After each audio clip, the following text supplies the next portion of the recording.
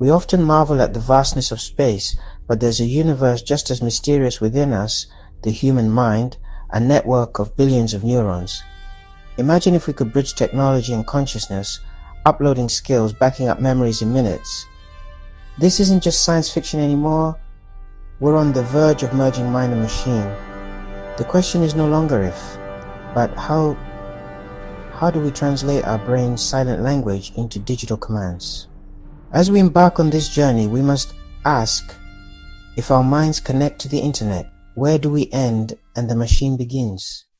Enter the brain-computer interface, or BCI, a direct link between your brain's electrical activity and a device. BCIs decode your brain signals and translate them into commands for computers. BCIs decode your brain's signals and translate them into commands for machines. Imagine moving a cursor just by thinking. Imagine typing just by thinking. Imagine turning on lights just by thinking. Sensors pick up your brainwaves, identify your intentions, and convert them into digital actions. It's a feedback loop, you think. The BCI acts, and you adjust. This isn't magic. It's harnessing the brain's power to control the world directly. With BCIs, we bypass nerves and bypass muscles, opening new possibilities, restoring human abilities, opening new possibilities, enhancing human abilities. There are two main BCI approaches, non-invasive and invasive. Non-invasive BCIs use headsets with sensors to detect brain activity from the scalp. Safe and easy, but less precise. They're great for simple tasks like moving a cursor playing games.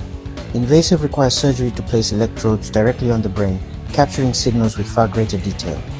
This allows for advanced control, like moving a robotic arm with your thoughts. The trade-off? Invasive methods carry surgical risks, non-invasive ones sacrifice precision. The choice depends on balancing safety and performance for each individual. BCIs are already transforming lives, especially in medicine. For people with paralysis locked-in syndrome, BCIs restore communication, allowing them to compose messages or speak through thought alone. Some systems decode imagined speech, turning thoughts into text at near conversational speed. Others let users control robotic limbs, regaining independence once thought impossible. Researchers are even restoring sensation to prosthetics and retraining brains after injury. For many, BCIs are not enhancements. They are lifelines to dignity and connection. These breakthroughs mark the beginning of a medical revolution. Medical miracles are just the start. BCIs could soon reshape daily life. Imagine controlling your smart home work tools, entertainment systems with pure thought. In gaming, you could interact in virtual worlds without a controller. Learning could become immersive, adapting to your mind in real time. The most radical idea? Silent communication, transmitting thoughts directly between people, not by magic but by technology. This could revolutionize how we connect, collaborate, understand each other. BCIs promise a future where intention and action are almost one.